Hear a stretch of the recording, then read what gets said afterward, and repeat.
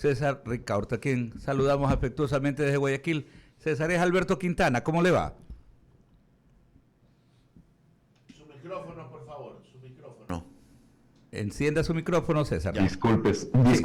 Buenos días, Alberto. Un enorme saludo para usted, para toda la audiencia y para los demás amigos entrevistadores. Sí, aquí estamos junto a Jaime Velázquez y también al abogado Buenos Ramiro Cepeda para compartir esta entrevista, ¿no? Buenos días, Emilio.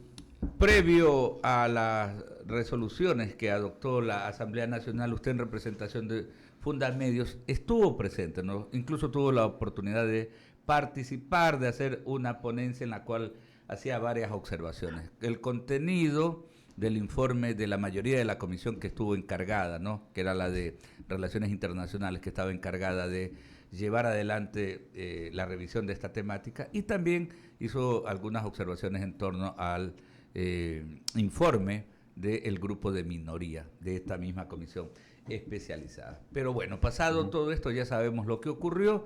Sí nos gustaría tener una primera lectura suya, César, respecto a esto que se pretende hacer, ¿no? Porque ya hubo una aprobación por mayoría de votos del informe de minoría, por cierto, que es un tema bastante llamativo. Pero en sí, arranquemos, ¿qué tal?, con una primera lectura en torno a lo que significa este contenido aprobado, César. Correcto, Alberto. Como bien usted lo señala, nosotros estuvimos justamente en la Asamblea Nacional antes de la votación de la ley, que tenía que haber sido la nueva ley de libertad de expresión. Eso fue el planteamiento del presidente Lasso, eso fue lo que envió a la Asamblea Nacional, y lo que le devuelve la Asamblea Nacional son unas reformas regresivas a la ley de comunicación que está vigente desde el 2013. Recordemos justamente, Alberto, y esto es ya parte de nuestro análisis, que entre el 2013 al 2017 estuvo vigente una ley de comunicación aprobada durante el gobierno del expresidente Rafael Correa, que básicamente fue una ley que amordazó a los medios de comunicación y periodistas del país, amordazó al país en realidad más que a los medios y a los periodistas. Y esto fue señalado por diversos organismos internacionales de derechos humanos y protección de la libertad de expresión, desde los relatores de Naciones Unidas, el Consejo de Derechos Humanos de Naciones Unidas, la Comisión Interamericana de Derechos Humanos, la Relatoría de Libertad de Expresión, entes como el Comité para la Protección de Periodistas, Reporteros Sin Fronteras, Human Rights Watch.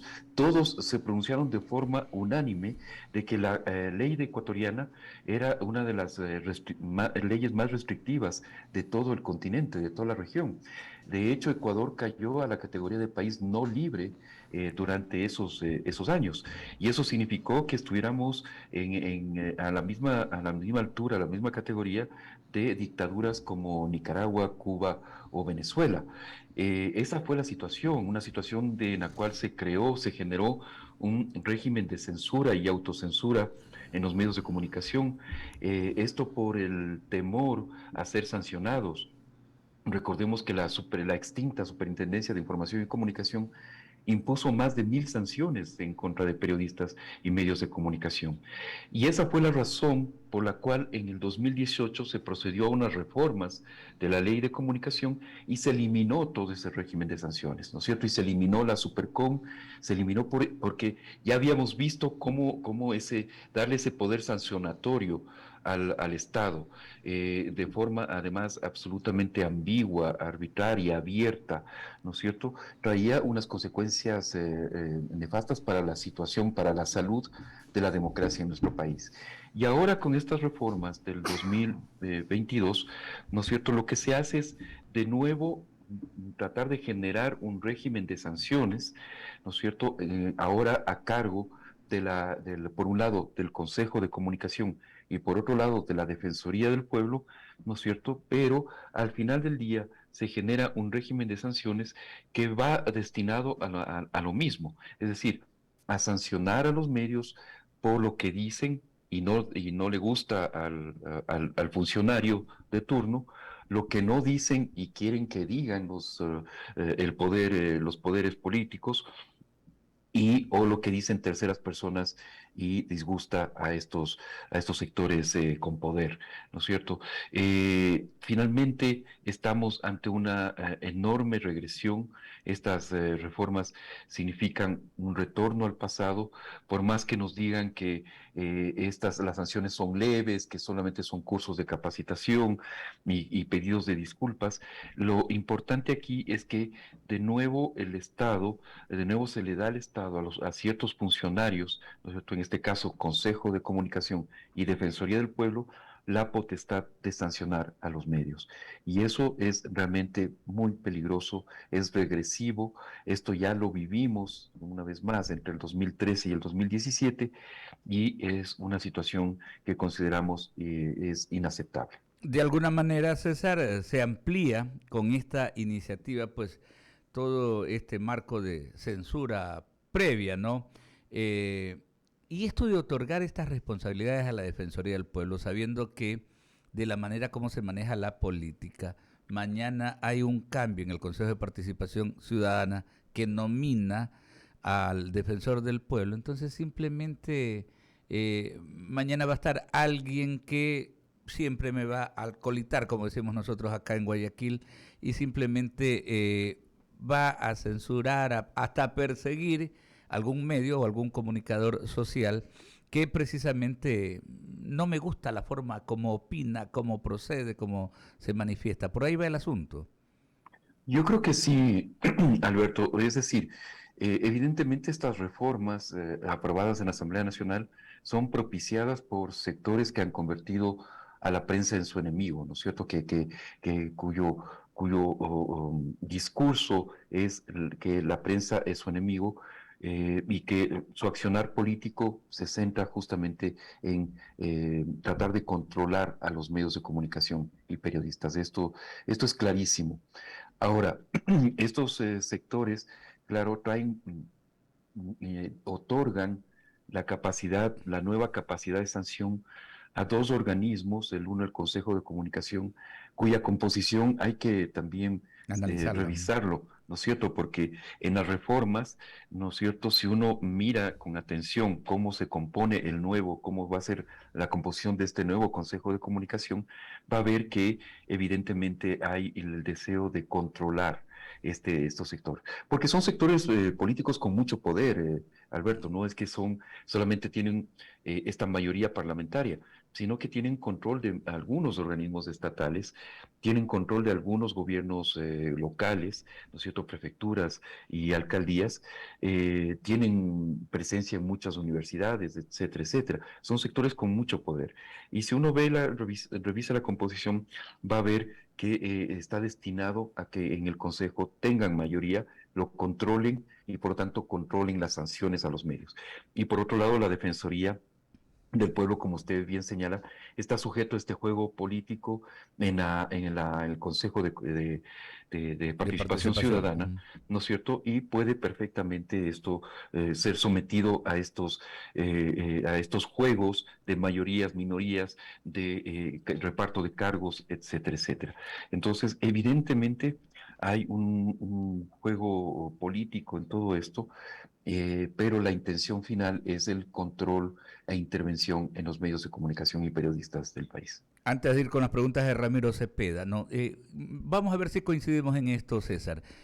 Sería como que quienes detentan el poder, y ojo con lo que voy a decir, sean de derecha, sean de izquierda, porque yo estoy viendo un paralelismo con el accionar de gobiernos y dictadores que supuestamente se ubican en el andarivel de la izquierda, con posturas, por ejemplo, como la de Donald Trump en los Estados Unidos. Él también visualizaba, ¿no?, como a su enemigo, o sea, la prensa es su enemigo, entonces hizo eso un enfrentamiento, comenzó a denostar contra prestantes, periodistas y medios de comunicación centenarios de gran trayectoria allá en la Unión Americana. Entonces un poco como que hay un paralelismo, ¿no? Eso de enfrentar a los medios de comunicación, hacer de eso una plataforma política para proyectarse también en el tiempo, ¿no? Y seguir detentando el poder. Totalmente de acuerdo, Alberto, con su análisis. En realidad es algo que cruza a los proyectos autoritarios, a los proyectos autoritarios populistas, podríamos llamar, sean estos de izquierda o sean de derecha, ¿no es cierto? Hay casos como el que usted señala de Donald Trump, pero también está el caso del presidente de El Salvador, Nayib Nayib Bukele, Bukele. que también persigue a medios de comunicación y periodistas, o Jair Bolsonaro en Brasil, Ujú. pero y por supuesto están los casos La dictadura de Nicaragua. de las tres dictaduras, exactamente, Nicaragua, Cuba y Venezuela, que son los casos más extremos de persecución a la prensa y que se identifican como dictaduras de izquierda, ¿no? En realidad, lo que sucede es que a estos poderes autoritarios que quieren controlar todos los aspectos de la vida social y de la vida estatal, del Estado, y además sin rendir cuentas, sin tener a nadie a quien someterse al control de nadie, ¿no es cierto? A la vigilancia de los ciudadanos a través de la prensa, ¿no es cierto? Evidentemente lo que quieren es controlar ese relato, quieren controlar esas formas de control social y quieren imponer una sola verdad a toda la sociedad. Correcto, es César Ricaurte, el director ejecutivo de Fundamedios, y Ramiro Cepeda tiene otras inquietudes para él. César, ¿cómo te va, Ramiro Cepeda? Ramiro, ¿qué tal? Mucho gusto. Bien, Mucho gusto saludarlo. varias cosas, sí, el gusto es mío. Varias cosas de las que usted ha dicho. Primero, es una regresión de derechos, coincido. Si es regresión de derechos, eso está prohibido en la Constitución. ¿Por qué no vamos a la Corte Constitucional? Sí, es un camino, evidentemente, Ramiro, en el sentido, en este momento, por supuesto, estamos esperando ese pronunciamiento del colegislador, que es el presidente de la República, ¿no es cierto? Y que ha señalado ya que va a vetar este proyecto de ley. Todavía no sabemos si es un veto total, parcial. Ayer conversábamos con el secretario jurídico de la presidencia, lo entrevisté y señalaba que podría ser incluso un veto constitucional, justamente dada estas vicios constitucionales que tiene este proyecto.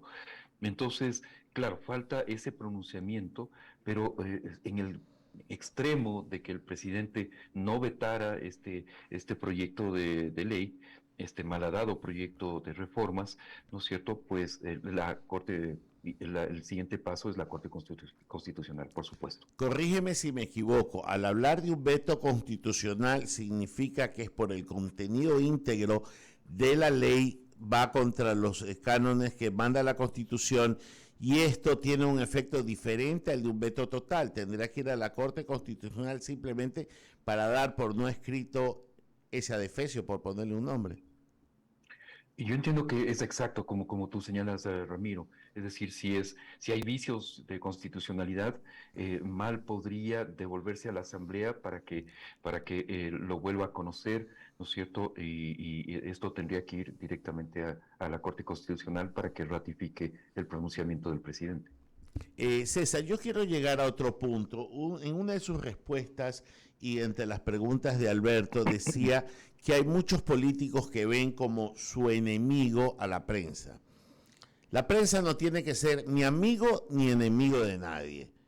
Primer punto. Y yo he conversado con algunos exmandatarios, expresidentes y vicepresidentes, gente que ha estado en la función pública, y han sido críticos cuando en el ejercicio del poder cierta prensa, porque no toda, los ha denostado, se les ha metido en su intimidad, han violado todos aquellos códigos que debe de guardar un periodista decente para presentar una noticia, no importa que sea dura, no importa que sea en base a una realidad que incomode, pero los códigos que muchas veces, no todos los periodistas, pero sí una mayoría importante, atentan contra la integridad de un funcionario público que por el hecho de ser funcionario público, entiendo, se ve sometido a la exposición pública y por tanto a la crítica pública, pero estos códigos también deberíamos en algún momento reflexionar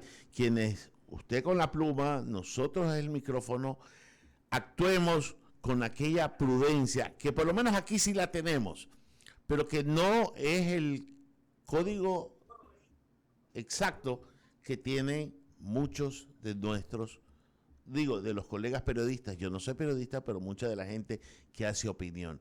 ¿Cómo llegar a un justo medio, César, para que la torpeza presentada, que quieren atropellar las libertades de expresión, no salga con este discurso que yo se lo acabo de decir?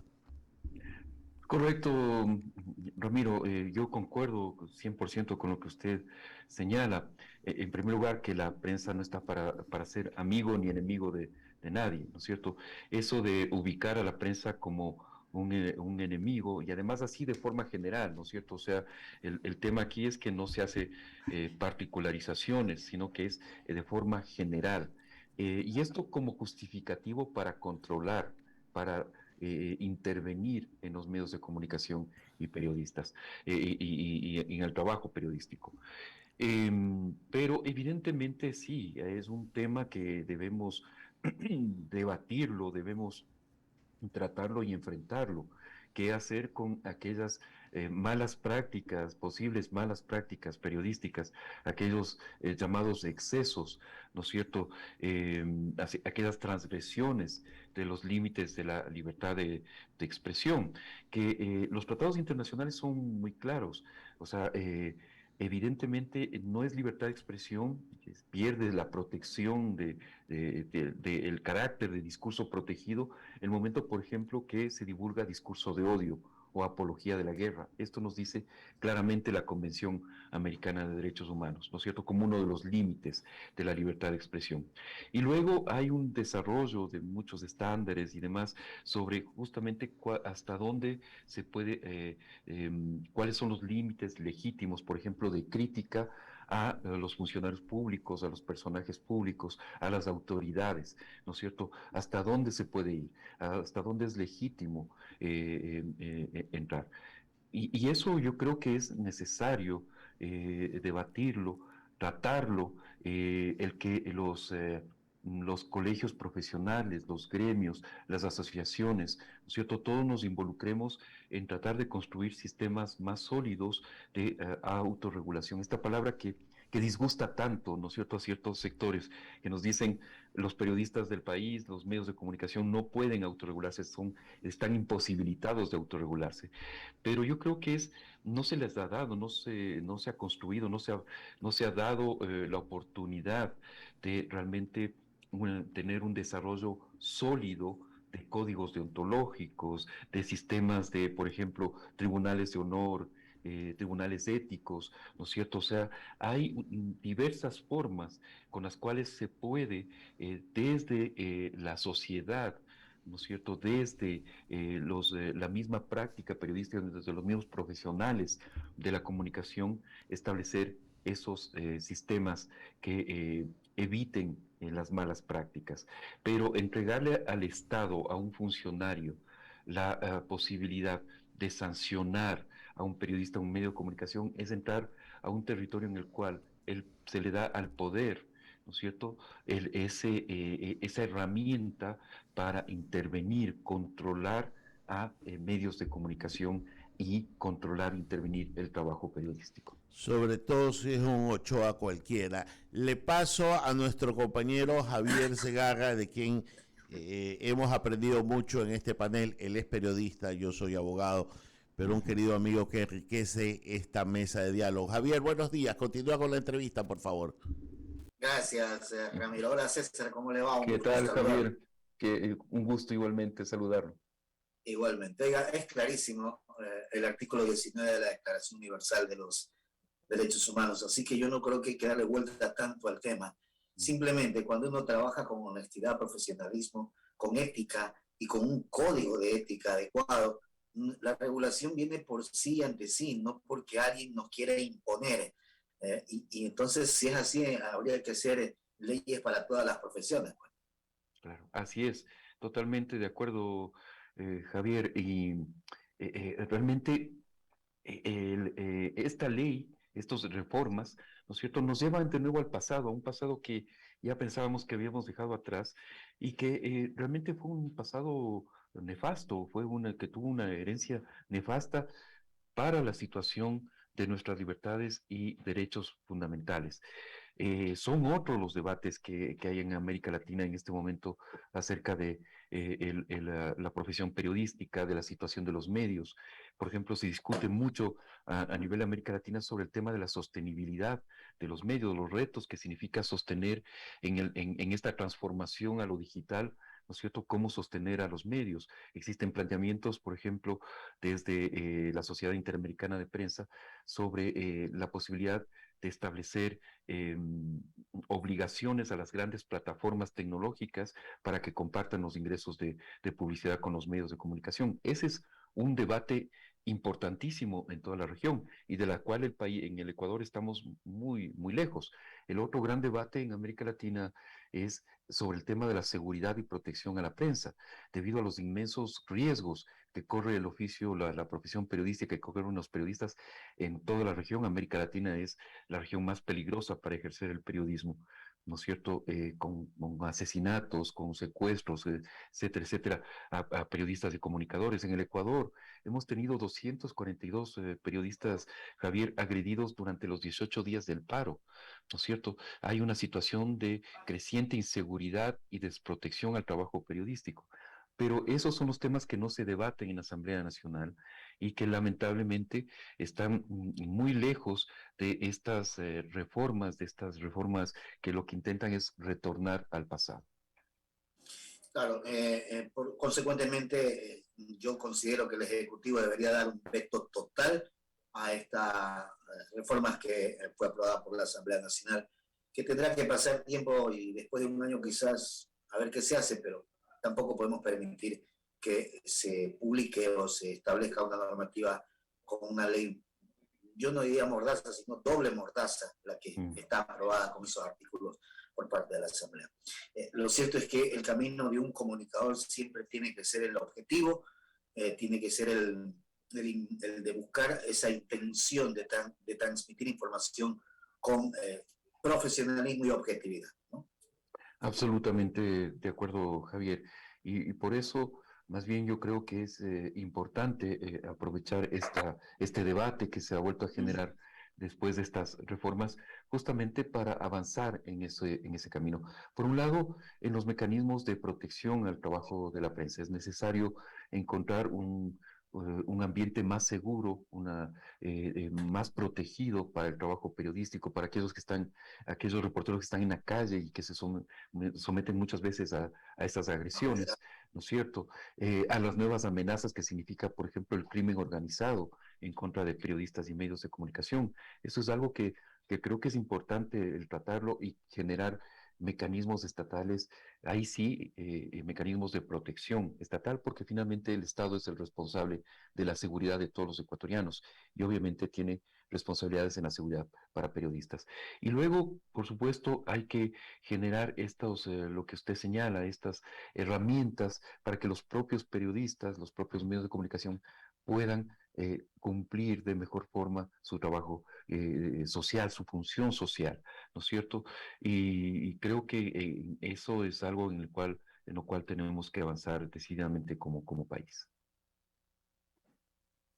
Gracias, César, de mi parte, en el panel continuo. Alberto. Gracias, Javier. Gracias, César. Y parte de esa función social a la que te refieres, ¿no?, es integrar el país. Y nos encanta, ¿no?, desde estos micrófonos precisamente y a través de estas entrevistas, ¿no?, unir a nuestro país, integrarlo férreamente, ¿no?, porque somos una sola nación, ¿no?, y en ese sentido tenemos que siempre ir de la mano. Nos da siempre gusto conversar contigo y te enviamos un fuerte abrazo desde Guayaquil, ¿eh? Gracias, Alberto. Y realmente sí, a mí también me da un gusto enorme conversar con ustedes. Un saludo a toda la audiencia de la I-99. Un fuerte abrazo. Muchísimas gracias. 9:32 el director